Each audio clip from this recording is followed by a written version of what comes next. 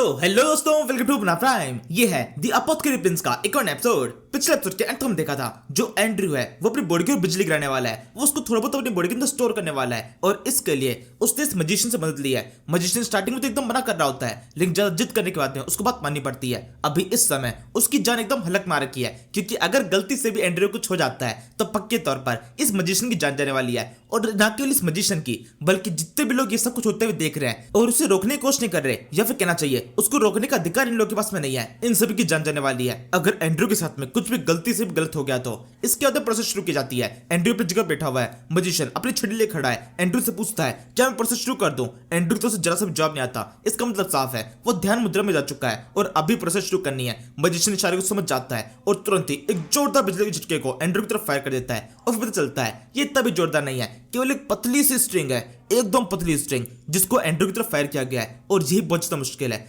असल में खतरनाक अटैक करना इस मजिशियन को इस चीज की बहुत ज्यादा प्रैक्टिस है। वो आसानी से ये चीज कर सकता है और उससे अगला बंदा नष्ट भी हो सकता है, लेकिन मजिशियन को इस चीज की प्रैक्टिस नहीं है कि इतने कम अटैक को किया जाए। तो काफी देर तक वो इस छोटी सी स्ट्रिंग को फायर करता रहता है। उसने एकदम कंसंट्रेशन किया हुआ है। वहीं दूसरी तरफ एंड्रयू, जो कि अपने माइंड के अंदर कुछ अलग गेम चला रहा है। असल में यहाँ पर जितनी भी इलेक्ट्रिसिटी उसकी बॉडी को मारी जा रही है, वो सारी इलेक्ट्रिसिटी को अपनी बॉडी के अंदर जो स्लॉट्स है उनके अंदर स्टोर कर रहा है। काफी खतरनाक तरीके से इसने स्लॉट्स को यूज करना शुरू कर दिया है। पहले लिक्विड स्टोर करता था, बाद में दवाइयां, तो कुछ टाइम बाद में जहर। तो अब वो इस तरह की चीजों को स्टोर कर रहा है जो कि कोई चीज ही नहीं है, इलेक्ट्रिसिटी को स्टोर कर रहा है। उसने अपने स्लॉट्स को बैटरी की तरह यूज किया है। तभी एंड्रयू यहाँ पर मजिशियन को रोक देता है। अभी तक केवल कुछ मिनट ही हुए हैं, उसने कई घंटों की बात की थी, लेकिन कुछ मिनटों के अंदर ही रोक दिया। मजिशियन सवाल करने लगता है कि इतना जल्दी क्यों। तो एंड्रयू बताता है इस पूरी प्रोसेस को पूरे दिन के अंदर कई कई मिनटों गैप के अंदर दोहराया जाएगा, वो भी लगातार, जब तक उसका काम कंप्लीट नहीं हो जाता। और अब इसके बाद में हम एंड्रयू के रूम के बाहर से देखते हैं। काफी सारे लोग इस जगह पर इकट्ठा हुए हैं। एंड्रयू इस जगह पर कुछ चमत्कार करने वाला है और वो सबके सब उसे चमत्कार देखने के लिए आए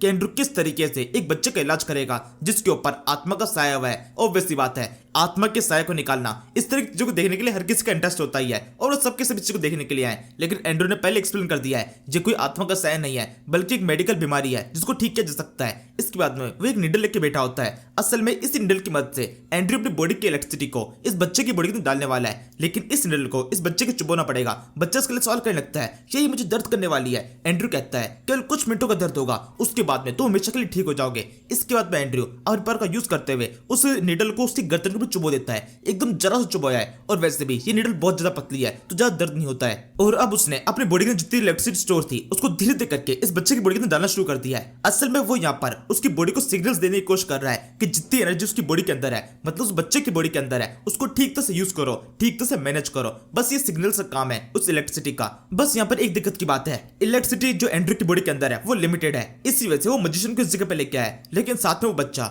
उसकी बॉडी की तो इलेक्ट्रिसिटी जत जा रही है और धीरे धीरे करके उसको दर्द होना शुरू हो चुका है। एक ही जगह पर लगातार बैठे रहना ये उसके लिए पॉसिबल नहीं होने वाला। तो एंड्रयू को अपने प्रोसेस को जल्दी कंप्लीट करना पड़ेगा, सिग्नल्स को तेजी से उसकी बॉडी के अंदर भेजना पड़ेगा। अभी इस समय एंड्रयू अपने माइंड के अंदर उस बच्चे की बॉडी के अंदर घूम रहा होता है। असल में उसकी पूरी बॉडी को देख रहा है कि कहां पर किस तरह की कमियां है, और तभी उसको समझ में आता है कि जितनी कमियां इस बच्चे की बॉडी के अंदर है उतनी उसने प्रेडिक्ट नहीं की थी। इसके अंदर 3 से 4 मिनट और लगने वाले हैं, या फिर ऐसा भी हो सकता है कि आधा घंटा तक लग जाए, और तब तक इस बच्चे को रोक के रखना ये काफी मुश्किल है। तो अब यहाँ से आगे उसके पास में 2 ऑप्शन है, या तो वो इस प्रोसेस को यहीं पर रोक सकता है और इस प्रोसेस को आगे कंटिन्यू किया जाएगा दोबारा से किसी और दिन, लेकिन दूसरा ऑप्शन ये है उस प्रोसेस को आज ही कंप्लीट किया जाए किसी भी तरीके से। जो भी तरीका एंड्रयू जानता है उन सभी तरीकों को यूज किया जाए, जान की बाजी लगाकर भी आज के आज, अभी के अभी इस प्रोसेस को कंप्लीट किया जाए। तो एंड्रयू तुरंत ही दूसरे ऑप्शन को सिलेक्ट कर लेता है। मजिशियन से कह देता है 3 गुना स्पीड बढ़ा दो। असल में एंड्रयू यहाँ पर अपने लेवल को और ज्यादा बढ़ा चुका है। असल में पहले एंड्रयू इलेक्ट्रिसिटी को अपनी बॉडी के अंदर स्टोर कर रहा था एक बैटरी की तरह, और फिर बाद में उसको रिलीज कर रहा था, लेकिन अब उसने चीजें बदल दी है।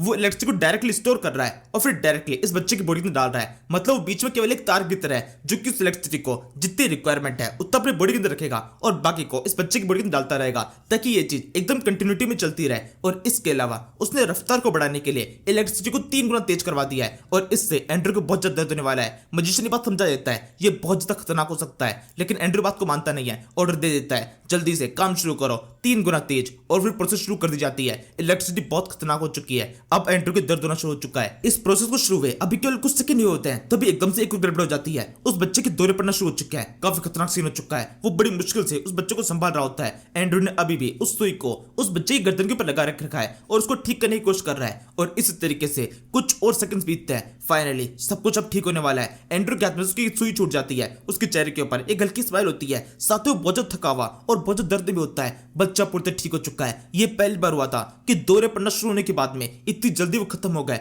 और वो भी इस तरीके से कि उस बच्चे को बहुत ज्यादा अच्छा लग रहा होता है, वो बिल्कुल भी थकान में नहीं होता। इस समय उस बच्चे से कुछ भी कहने की जरूरत नहीं है कि तुम ठीक हो चुके हो या फिर क्या है। वो बच्चा अपने आप में फील कर रहा होता है कि वो पूरी तरह ठीक हो चुका है, और जो बीमारी उसको थी वो दोबारा से कभी भी उसके सामने नहीं आने वाली। एंड्रू को भी इसकी विंडो स्टोरी होती है कि ये बच्चा ठीक हो गया, और इसके इनाम में तुम्हें 3 दिन मिल जाते हैं। मतलब एंड्रू के पास में 161 डेज है। और अब इसके बाद में एक और कमाल चीज होती है, क्योंकि एंड्रू ने इस समय अपनी अरसान कोर स्किल का बहुत ज्यादा यूज किया है। जितनी भी इलेक्ट्रिसिटी उसकी खुद की बॉडी से इस बच्चे की बॉडी के अंदर जा रही थी, वो सारी अरसान कोर स्किल की वजह से काफी ज्यादा स्लो हो जा रही थी। तो यहाँ पर अरसान कोर स्किल बजट ट्रिगर हो चुकी है, और इसी वजह से उसका लेवल अप हो चुका है। वैसे ये जो लेवल अप है ये बिल्कुल वैसा नहीं है जैसे कि जेवर के साथ में होता है। असल में जेवर का जब भी अपग्रेड होता था तो उसके पास में एक और एक्स्ट्रा माना सर्कल आ जाता है, लेकिन यहाँ पर ऐसा कुछ भी नहीं है। अभी एंड्रू के पास में एक ही माना सर्कल है। लेवल अप तो हुआ है, लेकिन वो एक ही माना सर्कल लेवल 2 पे पहुंच चुका है। तो यानी इसका मतलब ये प्रॉपर्ली एक लेवल अप भी नहीं है। उसके पास में अभी भी केवल एक ही माना सर्कल है, तो ये कुछ खास लेवल अप नहीं, केवल कुछ एचपी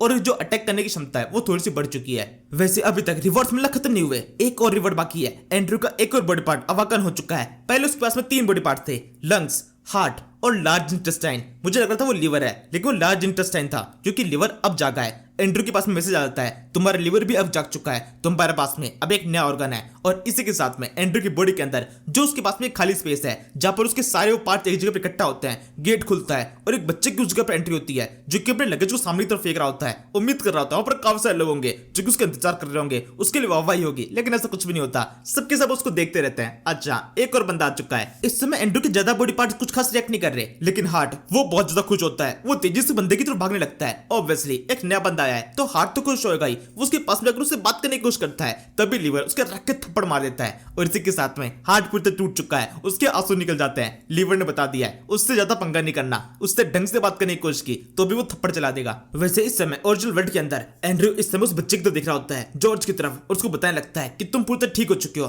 तुम्हें जो कुछ भी बीमारी थी वो अब पूरी तरह खत्म है, तुम्हारे ऊपर किसी भी तरीके से किसी आत्मा का साया नहीं था, बस तुम्हारी बॉडी की थोड़ी बहुत दिक्कतें थी जो कि अब ठीक कर दी गई है। अब तुम्हारी पूरी लाइफ के अंदर तुम कभी भी इस तरह की दिक्कतों को फेस नहीं करोगे। और इसी के साथ में जॉर्ज बहुत ज्यादा खुश जाता है, तुरंत ही अपनी सिस्टर की तरफ भागने लगता है, उससे एक गले लग जाता है, और सबके सब ये देखकर रोना शुरू कर देते हैं। उसकी सिस्टर भी काफी ज्यादा खुश हो चुकी है कि इतने लंबे टाइम से वो अपने भाई को ठीक करने की कोशिश कर रही थी। इतने सारे डॉक्टर से उसको मिलाया, लेकिन फाइनली अब उसका भाई ठीक हो चुका है। इस समय वहां मौजूद सबके सब बहुत ज्यादा खुश हो रहे हैं। वही एंड्रयू, उसके चेहरे के ऊपर एकदम विल सी स्माइल होती है। उसके दिन बढ़ चुके हैं, उसके पास में 3 दिन आ गए, एक ही बार में 3 दिन बढ़ा लिए। वो इसी बात से बहुत ज्यादा खुश हो रहा होता है, तभी एकदम से कुछ अजीब सा होता है। सब कुछ एकदम धुंधला हो चुका है। वो एकदम चक्कर है, जीवन पे गिर जाता है, और फिर से कुछ घंटों बाद में उसको होश आता है। वो एक बिस्तर के ऊपर है, रात हो चुकी है, उसके काफी सारे लोग उसके मौजूद है। एंड्रू सभी को देख के कहने लगता है, तुम सबके सब यहाँ पर क्या कर रहे हो? मैं सो रहा हूँ, तुम्हें दिखाई नहीं दे रहा? इस तरह से मुझे देखना मुझे बिल्कुल भी अच्छा नहीं लग रहा। और तभी बेरू बताता है, असल में एंड्रयू पिछले 2 दिन से लगातार सो रहा है। मतलब उसको 3 दिन मिले,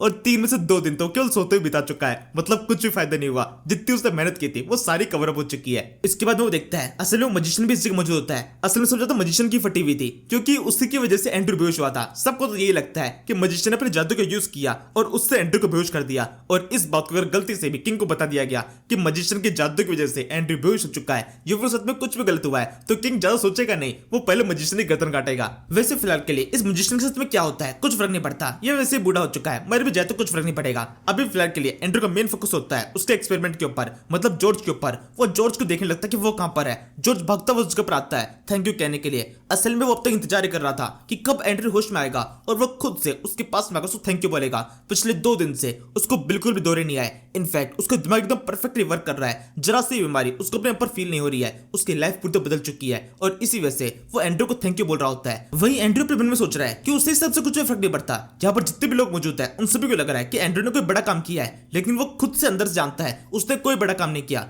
बस वो खुद को जिंदा रखने की कोशिश कर रहा है। खुद को जिंदा रखने के लिए बहुत जरूरी है कि बाकी लोग का फ्री में इलाज किया जाए। जितने लोग का इलाज करेगा उतनी उसकी खुद की लाइफ बढ़ेगी, वरना वो इतना स्वार्थी इंसान है कि कभी भी फ्री में किसी का इलाज नहीं करेगा। वैसे अभी इस समय ये बच्चा अपने साथ में एक गिफ्ट भी लेके आया है, जो कि वो एंड्रयू को देना चाहता है। असल में ये एक रस्सी है जिसके आगे की तरफ एक पेंडेंट को लगाया गया है, लकड़ी का पेंडेंट, जिसको देखने से लग रहा होता है एकदम बेकार पेंडेंट है, किसी छोटे बच्चे ने बनाया है, और ऑब्वियसली एक बच्चे ने बनाया है जिसने इसको बनाने बहुत मेहनत की है। लेकिन एंड्रयू के लिए ये चीज एकदम बेकार होती है। एक बेकार से पेंडेंट जो कि लकड़ी से बना है, तो ये बिल्कुल भी वैल्यूएबल नहीं है। अभी फिलहाल के लिए वो इन सब लोगों से जाने के लिए कहता है, खुशी दिखाई देता है नकली की कि हाँ उसको ये चीज अच्छी लगी, ताकि उस बच्चे को ये चीज अच्छी लगे। इसके बाद में जब वो आराम करने का नाटक करता है तो फाइनली सब लोग वहां जाने लगते हैं। ऑब्वियसली वो सब 2 दिन से उस जगह पर खड़े हुए थे, एंड्रू के जगह के जा कर रहे थे, और अब फाइनली जब उसको होश आया है तो दोबारा सोने के लिए जा चुका है और बाकी सब भी आराम करने के लिए जा चुके हैं। एंड्रू इन लोगों के जाने के बाद में उस पेंडेंट को देख रहा होता है और सोचने लगता है कितना बेकार सा पेंडेंट है, अगर मैं इसको अपने गले में डाल के घूमूंगा तो बहुत ही बेकार सा लगूंगा, लेकिन चल छोड़ो अभी के लिए जाने दो। ये कहते एंड्रू फिलहाल के लिए कुछ देर के लिए उसको पहन के सो जाता है। और अब यहाँ से इस एपिसोड को खत्म कर देते हैं। Thank you for watching.